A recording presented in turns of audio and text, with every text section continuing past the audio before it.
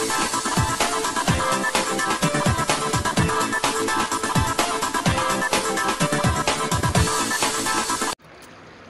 this chapter, we will be learning about the water resources of India. What is the importance of water? Water is one of the most precious natural resources. Human beings need it for drinking, cooking, washing, agriculture, generation of hydroelectricity, industries, navigation, fishing, etc. Water resource can be divided into surface water and groundwater resources. The surface water resources are rainfall, rivers, lakes, tanks and springs. India has extensive surface water resources. India is endowed with substantial water resource. It gets sufficient rainfall and it also has vast reserves of groundwater. What are the major rivers of India? India has many river systems. The river systems of India can be divided into two groups: the rivers of North India, the rivers of Peninsular India. First, let's discuss the river of North India. They are also known as the Himalayan rivers. The important rivers of North India are Indus, the Gangas and the Brahmaputra. The river Indus or Sindhu rises near Mount Kailash in Tibet. Initially it flows north-westwards, then it flows towards the southwest and enters Pakistan. Finally it joins the Arabian Sea near Karachi. The total length of river Indus is 2897 kilometers, of which 709 kilometers lies in India. It receives many tributaries such as Jhelum, Chenab, Beas, Ravi and Satluj. The Ganga river is the largest river of India. Its total length is 2525 km. It rises in the Gangotri glacier. It flows towards the south and southeast, then enters Bangladesh where it joins the Brahmaputra. After it joins the Brahmaputra, it continues as Padma and finally flows into the Bay of Bengal. Its major tributaries are Yamuna, Ghaghara, Gandhak, Ramaganga, Gomati, Sarada, Son and Kosi. The Brahmaputra rises near Lake Manassas Sarovar in Tibet and flows towards the east. It enters India through a narrow gog in Arunachal Pradesh. It flows to the west and turns to the south in Bangladesh, where it joins the Ganga. Its length is 2589 kilometers. Now let's see the river of South India.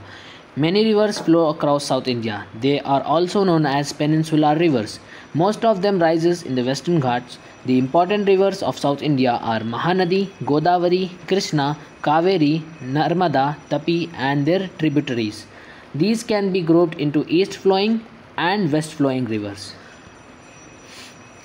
Before we study about the east and west flowing rivers, let's discuss about the difference of North Indian rivers and South Indian rivers. The North Indian rivers are antecedent rivers and perennial rivers fed by snow of Himalaya mountain ranges, while the South Indian rivers are not perennial in nature. Their sources are fed by rainwater. The North Indian rivers are young rivers, while the South Indian rivers are old rivers.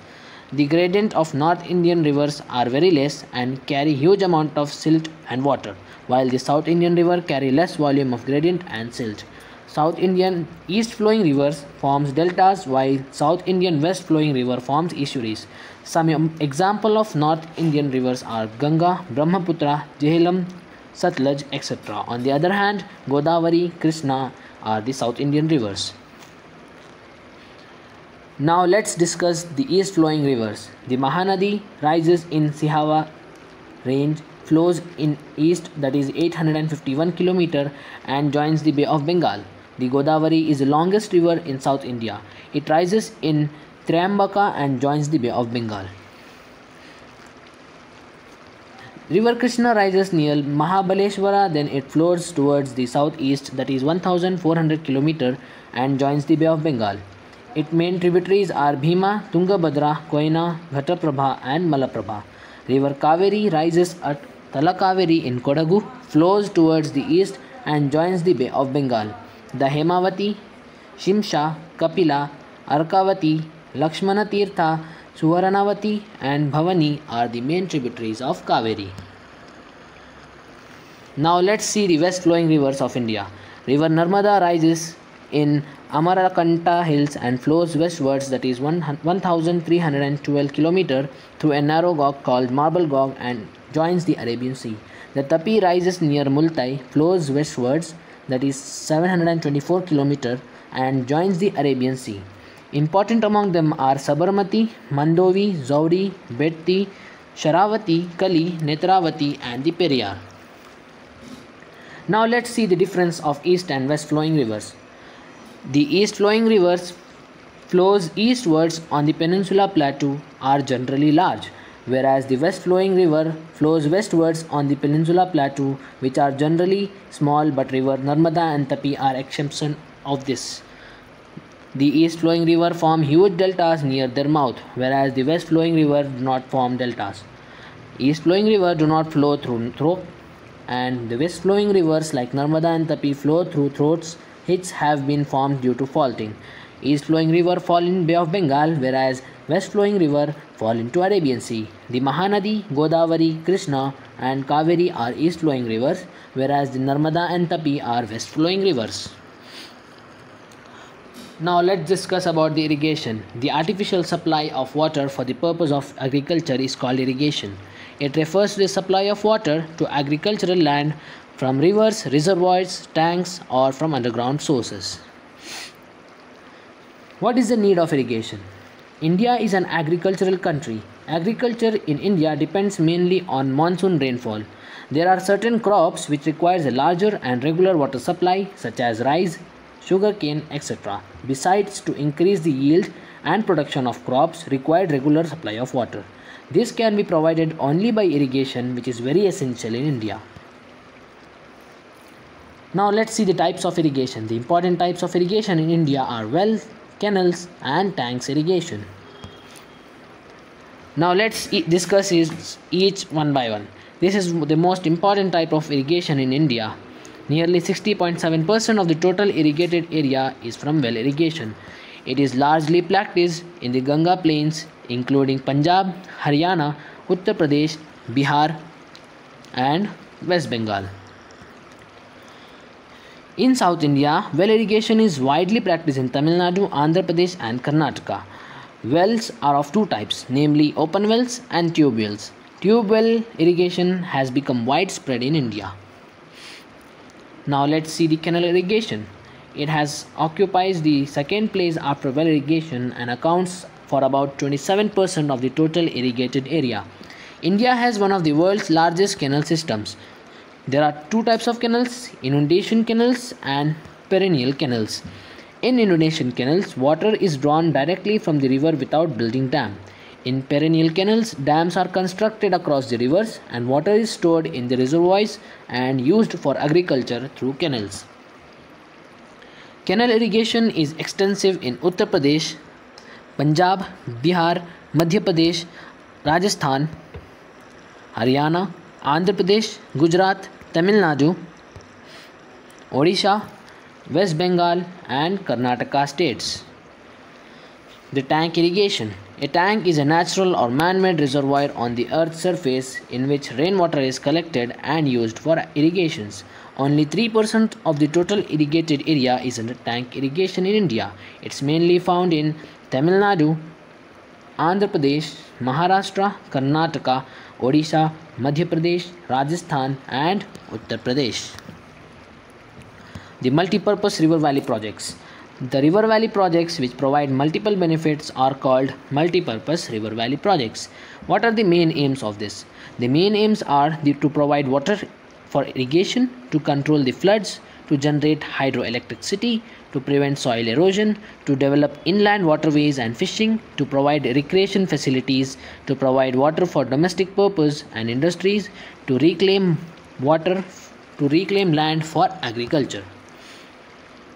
Let's see the major multi-purpose projects. Damodar Valley Project, Bhakranangal Project, Hirakund Project, Tungabhadra Project, Upper Krishna Project, the Kosi Project, the Rihan Valley Project, the Nagarjuna Sagar Project. Now let's discuss each one of these in detail. Damodar Valley Project. This is the first multi-purpose river valley project of the country. It has been designed on the lines of Tennessee Valley Authority in USA. River Damodar was called Sorrow of Bengal because it was causing devastating floods during the rainy seasons and damaged crops.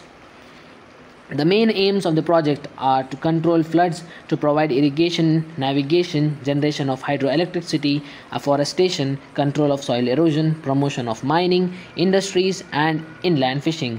This project comprises of 4 dams at Tilaiya, Konar, Maithon, and Panchet Hills, a barrage Durgapura, and 3 thermal power stations at Bokora, Durgapur, and Chandrapura. Bhakra Nangal project. It is a joint venture of the states of Punjab, Haryana, and Rajasthan. This project comprises of 2 dams at Bhakra and Nangal across the river Satluj, that is in Himachal Pradesh, and 4 powerhouses. Flood control, irrigation facilities, generation of hydroelectricity, prevention of soil erosion, and promotion of afforestation are the main objectives of the project.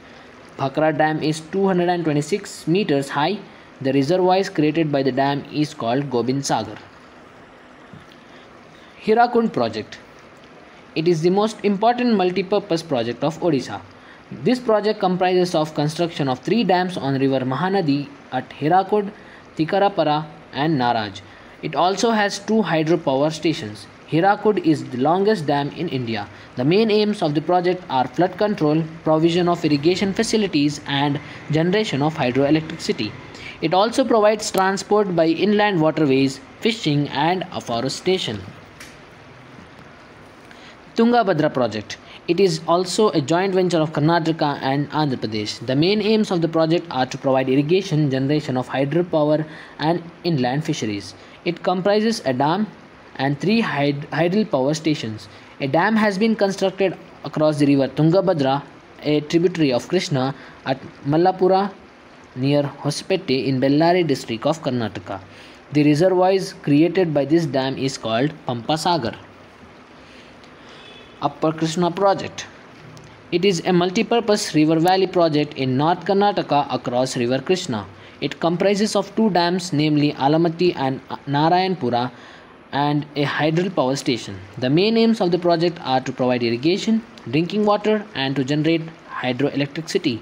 The Alamatti Dam is constructed near Alamatti village in Basava Begawadi Taluk, and the Narayanpura Dam is located near Siddhapur village in Sorapur Taluk of Yadgir district. The Kosi project. It is an international project and a joint venture of India and Nepal. A dam is built across the river Kosi near Hanuman Nagar in Nepal. The main objectives of this project are irrigation, flood control, hydel power generation, and fishing. The project has been executed by India, but the benefits are shared both by India and Nepal. The Rihang Valley project. This is the most important multi-purpose river valley project of Uttar Pradesh, built across Rihan River, a tributary of the Son. Flood control, prevention of soil erosion, inland fishing, provides irrigation, and power generation are the main aims of the project. The reservoir created by this dam is called Gobind Balabh Sagar. The Nagarjuna Sagar project. It is built across the river Krishna near Nagarjunakonda in Telangana. Irrigation and power generation are the main aims of the project. That's all for today. Thank you.